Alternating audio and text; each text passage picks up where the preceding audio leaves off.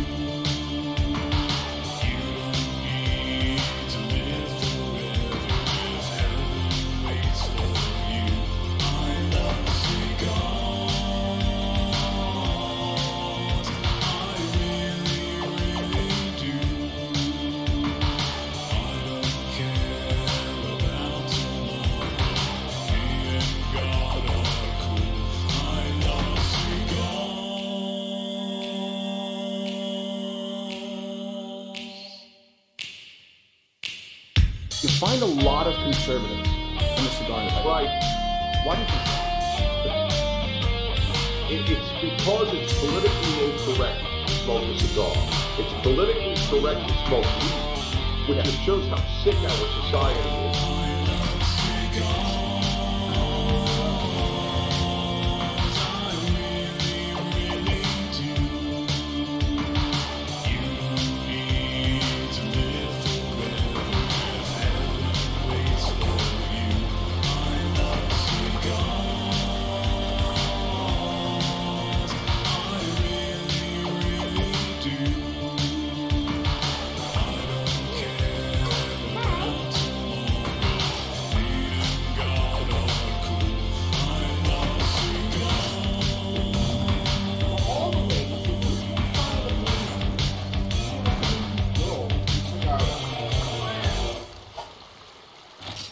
White pussy businessmen sucking on a big brown dick.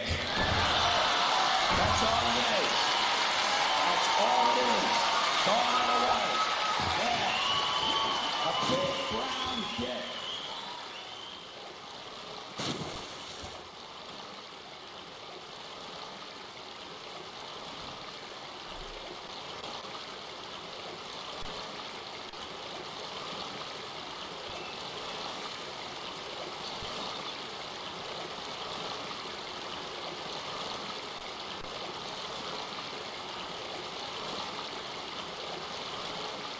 Rogan, experience. Wait, this is a 30-minute part of it? I just want to see the climate change part, man. A set number of variables. Yeah. So that means you've reduced the variables, which are everything, difference. So this is a crisis of everything? It's like, no, it's not. Or if it is, if it really is, then we're done because we can't fix everything. Well, but we have specifically, to. what they Where is it? Where, Cactus, when does it get to the fucking climate change?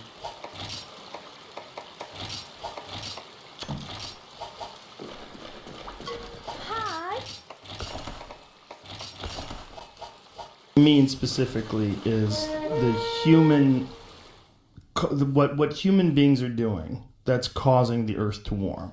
Right, So right. it's- But you have to include all these factors in the models to determine that. All these factors. Well, what can you not include?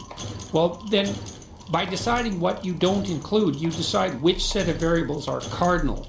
And you have to make that decision in some sense before you even generate the models. This is a big problem. It's partly, it's not the only reason, but there's another reason that, another problem that bedevils climate modeling too, which is that as you stretch out the models across time, the errors. I want to know how much money Jordan Peterson is getting from the oil industry. No one, and I mean no one with even a little bit of fucking research around this issue will ever go against it. Will ever go against the scientific consensus on climate change. The only reason why he's doing this is not because he wants to be a heterodox thinker, but because he's absolutely getting paid, dude. No fucking shot. If he's doing it for free, that is really, that's really sad. But like I said, never fucking sell your soul for free, okay? Always at least make money.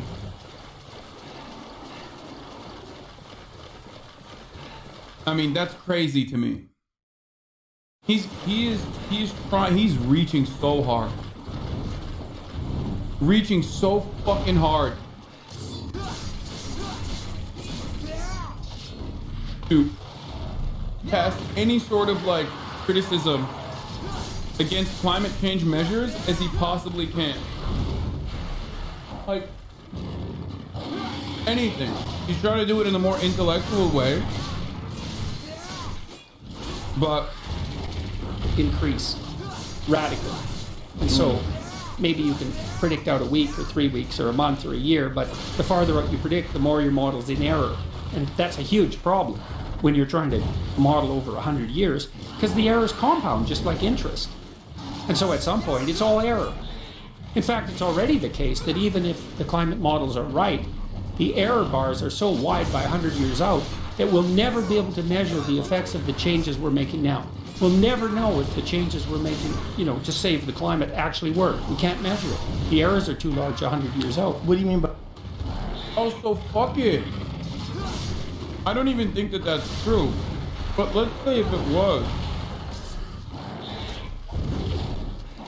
That's just doomerism, dude. I mean, he's not right. First of all, let me just point something out here. He's not right. And it's wild that he's saying that as someone who's like a tenured professor. Well, not anymore, but 6 months. What kind? I'm a climate scientist, particularly in simulations. This guy's so stupid. I covered this in an introductory course and he's wrong. But listen. Listen, not only is he not right, but even if he was wrong, even if he was right, Percent of the city of Angels. okay, and the margin of error is too high. Downtrodden Yukumo of broad What kind of psychotic shit is this? It's just like straight doomerism. It's like, oh, we're gonna die no matter what, so why don't we go out with a party? Like, is that what he's saying? Did you just say at Lowell Tyler, climate predictions have been mostly accurate? Like, as in, you assume that Tyler 1 was in here saying climate predictions are not accurate? I just love. What? No actual scientist even remotely says that. You say you hate to appeal to nature, yet you appeal to your instincts and eat meat. What a hypocritical cut. Yeah, it tastes delicious, dude. I don't want to overcome it. It tastes fucking dank. What about the errors? Like what errors? Well, prediction errors. So, look, imagine that you're going to predict how your life goes. Okay. Well, you can kind of do that. No, you kind of know that tomorrow is going to be somewhat like today. Okay, but how much is next year's day going to be like today? Well, somewhat, but less certainly, because you might get sick, for example. And then over a 5-year period, well, there's much more that has to be accounted for. And so the... Holy fuck. Well, guys, I think we need to stop worrying about climate change, because what if a meteor strikes tomorrow? You know what I mean? Like, humanity could be wiped out way sooner than we actually think. And there's actually errors in the predictive models anyway. I'm going to grossly exaggerate what those errors look like while simultaneously engaging in anti-science rhetoric and trying to make you avoid the fucking reality about what to do. Holy shit, he's actually a pretty good climate change denial, the guy, because he's not doing the routine, like it's a Chinese conspiracy shit. He's doing something different. He's doing something new and cool and unique.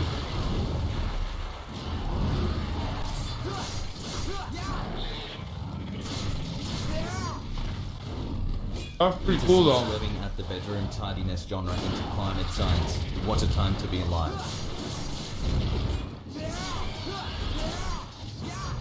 Yeah.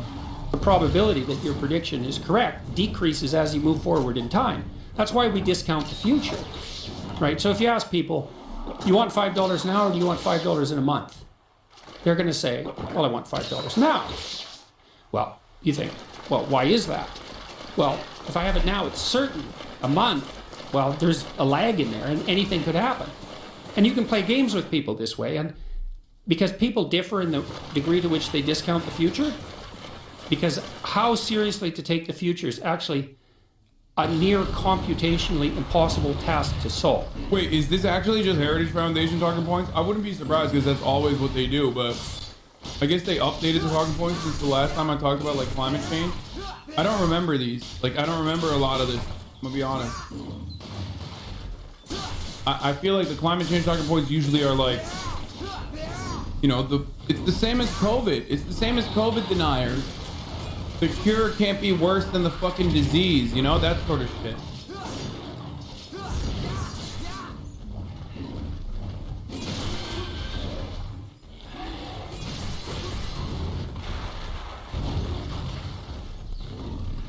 We use, like, anti-vaxxers use the exact same shit that climate change deniers use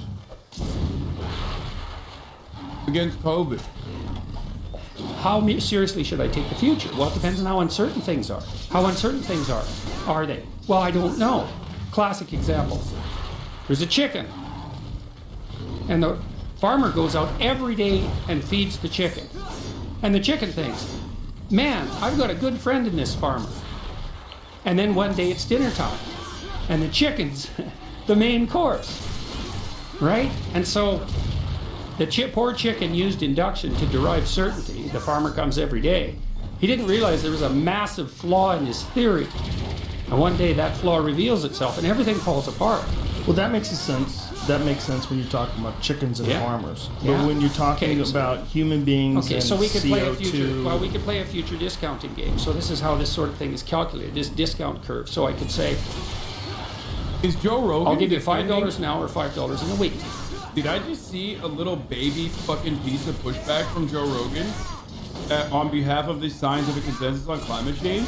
Just a fucking literal, like, second, but that was cool. I would love to see that more. Which one do you want? And people say $5 in a week. And I say, okay, I'll give you $5 an hour. I'll give you $10 in a month.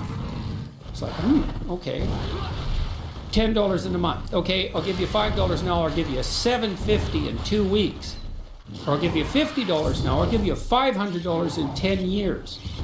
And so imagine you do that with all sorts of amounts over all sorts of time frames. Okay. Then this has absolutely nothing. Hey Jordan, and I mean nothing to do with climate change. And not only is it so bad, I feel like even his fans are gonna fucking be like, oh, this stuff is stupid. Like, this is actually, I mean, he really fucking went, he really went ape mode here. Like, he's just trying to actively and desperately and deliberately shift the fucking conversation away from the main point, which is the existence of anthropogenic climate change and the actions that humans need to take in order to reverse that. JP looks He does like not want to talk about Satan that. was So he's talking about uncertainty and certainty and different paradigms when the conversation should be revolving around the science. Maybe the profit incentive that, of course, gets in the way of 4 months. us listening to the scientific community and what they're saying about avoiding climate change.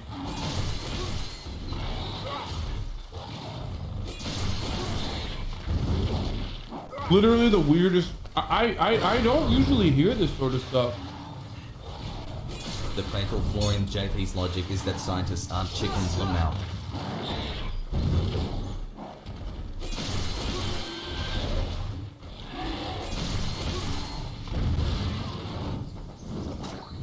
Straight up. The benzos really fucked him up. Yeah, they ate his brain, You bro. can compute a discount curve, which is how much people devalue the amount a dollar is worth as it progresses out into the future. And what you generally find is that impulsive people discount the future more heavily. That's actually the definition of impulsive. And you might think, well, the impulsive people are wrong. It's like the ant and the grasshopper. I love that the impulsive people that are fucking hyper-focused on their short-term goals in this argument are people that are taking action against climate change. Like, he's trying to say that the impulsive people are the people, not the fucking mega corporations that straight up do not care. Do not fucking care, okay? About the potential consequences of climate change, the potential consequences of, like, our fucking global emissions and what that is doing to the climate. None of that matters. That's not the impulsive people. The impulsive people are the ones who are impulsively saying we need to do something about climate change because scientists are freaking the fuck out. You know, the grasshopper's fiddling all summer and then he starves to death in the winter, and the good old ant who packed away the supplies he's doing fine in the winter. He sacrificed the present to the future, and isn't that sensible? Yeah, it's sensible. You should save. Except, well, what if it's 1920 in Germany, 1923, let's say, and you're in a period of hyperinflation? It's like grasshopper won because he spent all his money before it became worthless. So should you save or not? The answer is it depends. And then there's a further answer, which is it depends on things that you actually can't predict. And so it's actually a computationally impossible problem to figure out how much to discount the future. It's actually impossible, which is why we vary so much in it. Part of that... God, I hate these fucking nerds, dude. Dude, stop. Oh. Stop doing this fucking dance. Just say what you mean. What you mean is you don't care. That there's a degree of uncertainty to fucking dealing with recognizing the potential existence of anthropogenic climate change, which, by the way, that degree of uncertainty is very fucking low. Okay, and he's greatly exaggerating it. That's why he has to lie and say, like, oh, we're off. Our models are off. Our models are off by a lot. Okay? Just say what you mean, dude. What he means is, we don't know. What if climate change isn't real? What if the scientists got it wrong? And then just live your life. Don't look at what is happening in front of you. Because that's the thing. I don't know what the terminology for this is, but like flat earthers, you're acting like his argument made any sense. I mean, his argument is not an argument. It's just like him fucking doing La Fontaine tales as he always does. You know what I mean? He's just like, oh, and then there's a wise man was crossing the road and the chickens came home to roost. And also, that's why, you know, $1 today is more than $100 tomorrow. Like, he's trying desperately to, like, come across as intellectual while making an anti-intellectual argument, okay? So, it's going to be quite difficult for him to actually put together a cohesive strategy here. So he's doing whatever he can. But the problem is, there is no coherent explanation for what he is, what he's trying to say. That does not revolve around just straight up anti-science rhetoric. Okay, just straight up being an anti-science douche nozzle. That's the point. That's the problem. That's why he's dancing around it. That's why he can't fucking just say it. Okay, that's why he can't say what he actually means. Because if he said what he actually meant, even an ape like Joe Rogan would turn around and be like, it sounds like you're saying, don't look up. It sounds like you're saying don't care about, climate change. And the funny part about climate change is that it is basically turned into the flat earth, right? What is the thing I always say about flat earth is that, like, the earth feels flat. Science tells you it's not, but the earth feels flat, right? And with climate change, you don't really see the most devastating impact of climate change immediately, except now we do see it. Okay? We do actually fucking see the devastating impact of climate change, because extreme weather conditions that used to happen erratically are now happening with great certainty, with higher frequency, with higher magnitude. So, like, it's impossible for you to not recognize what is happening in front of your fucking eyes, dude. Shit that used to pop off like once every 10 years is happening every fucking year. So, I feel like it should be easier to convince people, but then there are the Jordan Petersons of the world, who are, in my opinion, definitely paid by the fucking oil lobby. The oil industry the fossil fuel industry and the anti-climate change industry in and of itself is gigantic, very fucking wealthy, have endless amounts of money. They will always be able to fucking do this, okay? They will always be able to fund people. They will always be able to change people's minds, propagandize against them. And I think that's what's going on. They got the boy. Reason is the magnitude of our prediction error increases the farther out we predict. Yeah, but the grasshopper and the ant analogy doesn't work because they're based on food. And the food that the ant supplied and stored and stocked away is still good.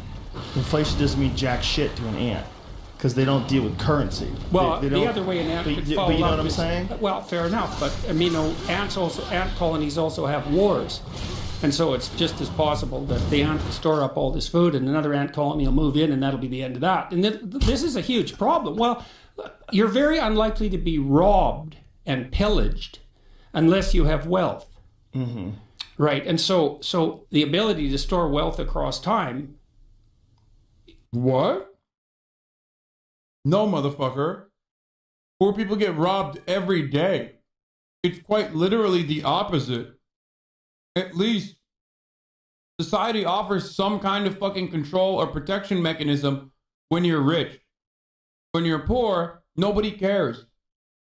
That's precisely why, like, when you look at theft, wage theft is way, way larger than any other kind of theft. There's nothing that comes anywhere near wage theft every year, year over year. This idea that, like, poor people are not robbed every fucking day is a silly one, and it's also a rather privileged one. You only think poor people are not robbed every day because you have normalized that robbery, because under capitalism, exploitation is seen as a part of a functioning, well-organized economy, okay?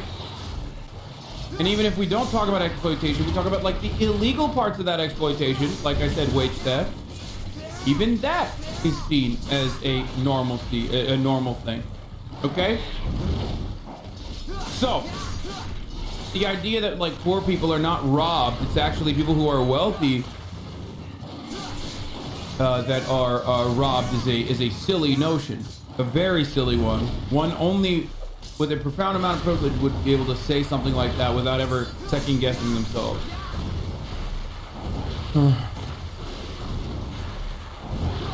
to decrease the risk of the catastrophes of future. That's the problem in some sense that civilization set out to solve. How can we stabilize things over a long term enough to make long-term investing a reasonable proposition? Here's a positive spin-off of that. So I worked on the UN committee that wrote the Secretary General's report on sustainable development. I worked on the Canadian subcommittee, to be technically accurate, and I was by no means the head of that. I worked with the team that worked on that, but we edited and wrote and rewrote a fair bit of the... Okay, this dude definitely is getting money. This dude is definitely getting money, bro. No shot, homie is not fucking mobbed up. document. And so I did a lot of work. Why the fuck is he a part of any subcommittee that even touches or goes near climate change? Why? Halfway through the 12 Rules book tour in 2018, Peterson had lunch with the Texan billionaire Jeff Sandifer. Sandifer had made his fortune in the oil industry. Jordan Peterson's multi-million-dollar corporation, run by his daughter, turns out podcasts, live coaching sessions, t-shirts, hats, self-help guides, and surefire bestsellers. His new book revives the machine that made him globally famous and nearly destroyed him.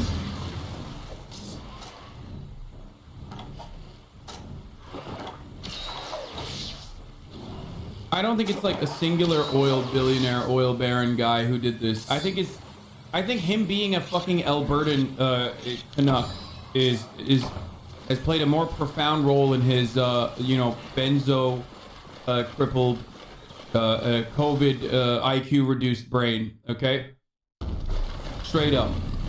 I think him, like, people from Alberta are just built differently. Isn't he Albertan? Isn't he from Alberta? Is that not?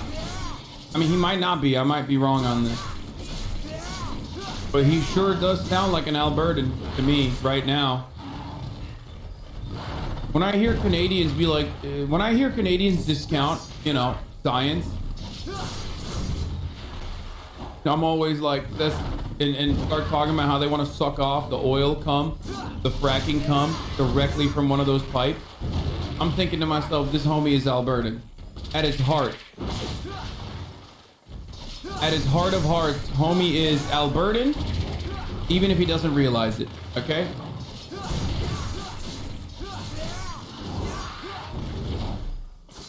Yep. Oh, he's from Edmonton, Alberta, Oilers, yep. Oh, that's right. A lot of my town relies on Oilers. Many of you say that the Dragon of Chaos is actually a feminine figure, but in real life, the real dragon is the one that crushes my back walls. One of those oil fracking machines. Hydraulically fracturing and fracking. I think about that all the time. In the background, learning what I needed to learn to work on that committee with some degree of, what would you say, qualification. I read maybe 200 books on ecological development and economic development, the relationship between the two, and 200 books. Oh yeah. I was over about a 2-year period, and so, a lot of it was on oceanic management because I did realize. I don't believe that at all, by the way. Joe Rogan's a dumbass, dude. God, all you need is like someone who sounds like halfway intellectual that uses academic language to tell you he reads books, and you're like, wow. No, he didn't fucking read a single book. Shut up, Guys, the one thing we're doing that's extraordinarily stupid on the ecological front is destroying all the marine life within 40 miles of the shores. And all the marine life is within 40 miles of the shores. Like, you think the oceans, they're vast. It's like, yeah, but they're empty. Yeah. Except for where the sun can shine to the bottom. And that's the 40 to 200 miles, say, on the coastal shelves. And we've, like, trawled those bare, like, 7 times. It's a catastrophe. So, but that was the only real environmental catastrophe that I encountered in all that work that I thought was both credible and addressable. We know how to fix that. You make marine protected areas like that.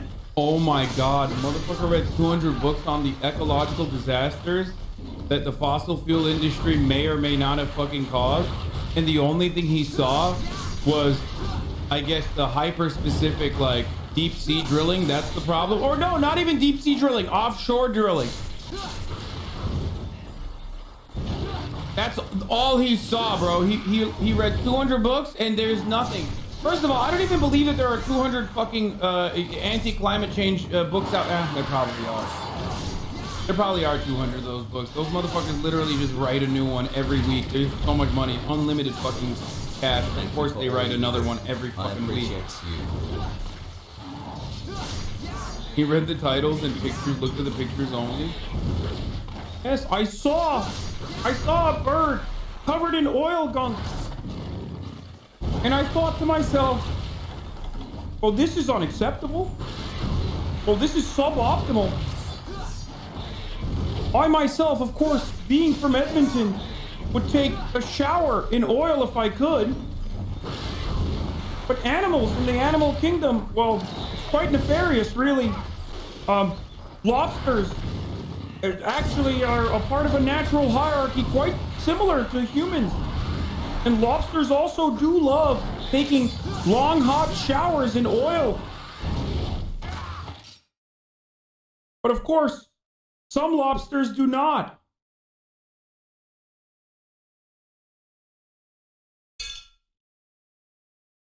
Offshore drilling is bad. Oil sands, Andy? Yeah, exactly, dude. Quite specific that there's only one kind of... Quite specific that there's only one kind of drilling that's bad in Jordan Peterson's world, okay? But all other kinds of fossil fuel is good. I look forward to MasterChef every day. Can't wait for more to come. Very cool. National parks that you need about 15% of the total coastal territory really protected. And that solves that problem, essentially. And then everybody has fish, because the fish, they don't just stay there, they move around. You can have your cake and eat it too with marine protected areas. But mostly what I learned, and this was really cool, was that this was so cool, and I really believe it's true. The fastest way to make the planet He's about to say some bullshit. Whatever he says, and this is really true, you know he's about to say some bullshit, okay? Okay, spoiler alert, it's not true. It's never true. When he says that, it's never true. Sustainably green. The fastest way to make the planet sustainably green and ecologically viable is to make poor people as rich as possible, as fast as we possibly can. Because the thing about poor people is that, well, first of all, he's right about that. They're not resource actually, no, efficient. he's not. They use a lot of resources to produce he's not very right little about that. output. What am I saying? And so that's a problem. Wait, he's like totally wrong about that. What the fuck? I mean, I guess what he's trying to say, okay, he's both right and wrong. But if that was kind of true, if what he was saying was true.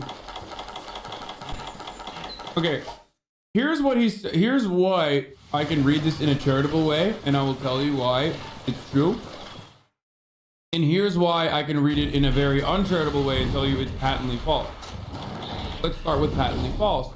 America. The American fridge consumes more electricity than, like, I don't know, an entire Zimbabwean family for an entire year's energy consumption. Okay? So, like, obviously when you're wealthier, especially on the global scale, you consume a profound amount of power. Okay? So there's that. So becoming wealthy in that situation actually does have a incredibly damaging impact on the climate. However, the inverse of that, or the other side of that, is that if you do become wealthier, then you become more educated, then you become less likely to populate the planet. Your population growth is going to diminish, and ultimately, I guess, like, if you become wealthier, like, you will be more cognizant of climate change. I don't fucking know, but ultimately, it doesn't matter. I think that he's talking about EKC, which has been largely disproven. Bad camera angle. You look cross-eyed. What?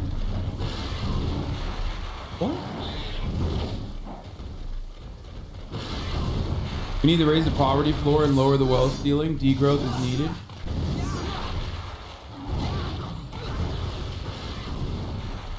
I mean, he's so wrong, by the way. If he thinks that, like, rich people use less resources, he's just fucking wrong. He's doing the industrializing nations are actually you know, their output is really fucking bad. Meme, I guess. Maybe that's what he means, but ultimately, again, if you look at the average fucking Indian citizen and their fucking consumption, their energy consumption, and compared to the average American, who's much wealthier, the average American energy consumption is profoundly higher than the average Indian's energy consumption. Slash and burn agriculture, for example. But even more importantly, when you're insecure on a day-to-day basis, you don't know where your next meal is coming from. You're not paying attention to the broader environment, that hated word, around you. And you can't even really worry about your children's future in some real sense, because it's like, no, you don't understand. Lunch is the future. We don't have lunch, we're hungry, and that goes on for like a month. We're dead. That's the future. So what happens? If you can get resources to the poorest section of the population.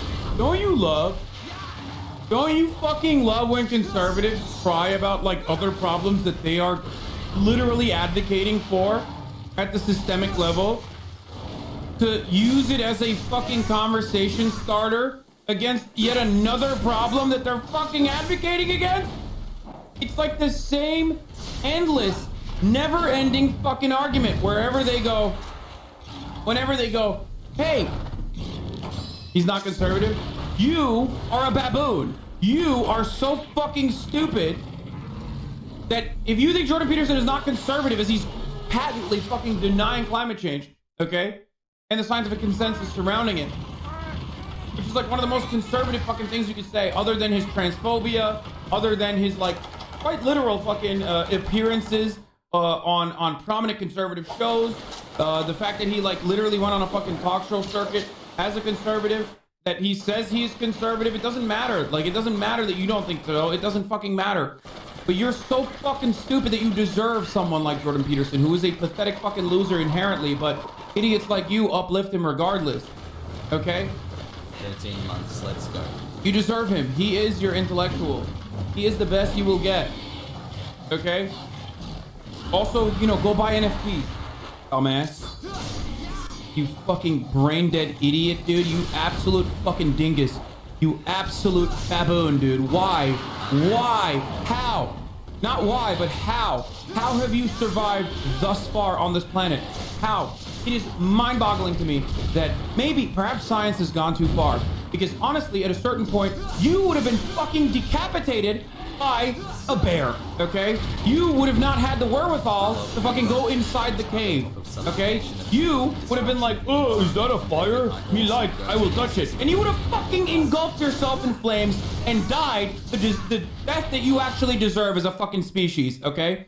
How are we on the same playing field? How are we both humans? Thank God. Thank God for fucking society consistently progressing to a degree where baboons like you can still operate amongst human beings. And think for a brief moment that, you know, you are just as intelligent as everyone else around you. Motherfucker said, Jordan Peterson is not a conservative. Holy fuck.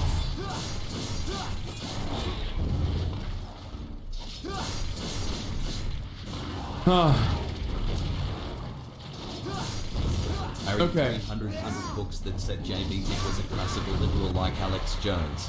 16 months.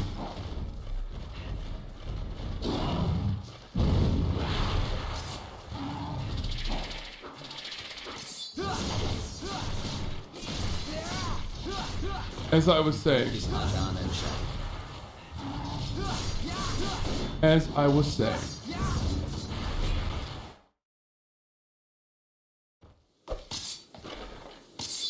I don't even know what I'm fucking saying anymore. Because it broke my brain. Someone saying Jordan Peterson is not conservative is the dumbest thing I can ever... Like, it doesn't get dumber than that. It's quite literally the dumbest thing that anyone could ever come up with. As soon as they get to the point where they have some hope of a genuine future, especially for their children, they immediately become concerned about broader environmental considerations. And then the attempt to make the environment habitable and sustainable, that comes up of its own accord at a grassroots level and spreads everywhere. And the evidence for that is clear. So this is one of the things that really bothered me about COP26. So, and that was based in part on this. What is that? That was the big climate meeting in the UK just a few months ago. You know, the one where all the COVID rules were suspended so the important people could talk about important things. In any case, I thought if the politicians who were discussing environmental sustainability were serious, especially the left-wing ones, and I say especially because the left-wing ones always say, well, we care about the poor and dispossessed. It's like, do you really? When push comes to shove. It's like, is it the environment or poor people? If your idea is that we have to limit growth to save the planet. Bro. It's quite literally the poor people that are getting shafted the hardest by the fucking dangerous side of climate change. But of course, the unfortunate reality is that Joe Rogan has never encountered a poor since he got the fucking Spotify deal and has totally forgotten how the other side lives. So I don't think he's going to be able to, adequately drive the pushback here that is necessary. If we limit growth, poor people starve. Because whenever we put limits on economic development, who suffers? The rich? Are you really? That's what you think? And you're on the left, you think if you put limits on economic development, the rich will suffer. That runs contrary to every theory that your whole political philosophy is based on. You put limits to growth on, the poor stay poor or get worse. Doesn't matter because the planet has too many people on it anyways, which it most certainly does not. If you are serious about the environment and even vaguely concerned about poor people, all of your policies would be devoted to making the poor rich as fast as possible. But that would violate the anti-capitalist presumption, let's say, that the reason for environmental degradation in the first place is, say, entrepreneurial and free market development, which it most certainly isn't. That's actually completely bad. Okay. I'm done. Literally end it, dude. I'm about to Minecraft myself. I'm about to video game myself. I'm about to Grand Theft Auto off of a fucking bridge. No shot. This motherfucker. Oh my God. I think the benzos literally rotted his brain. There is no shot that someone could say something so categorically untrue, just so patently, blatantly false. Like, he just looked at the sky is blue and said, actually, it's wrong. The sky is not blue.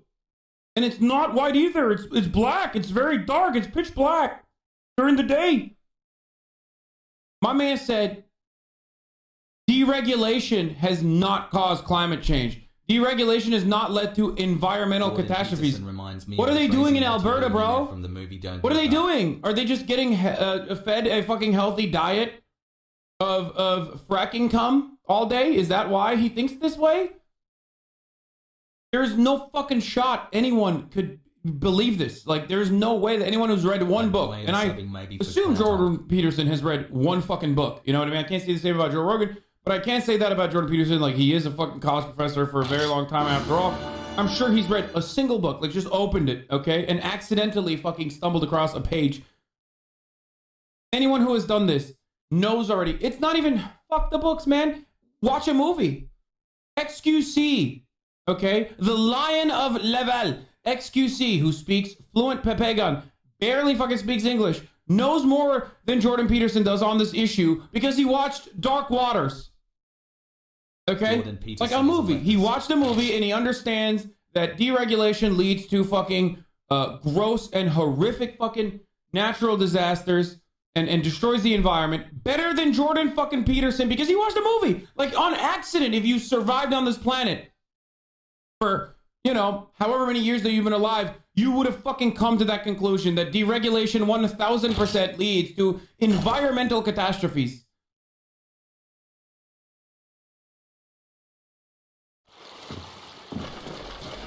Wild. Backwards. Make poor people rich. So what should your policies would be devoted to making the poor rich as fast as possible?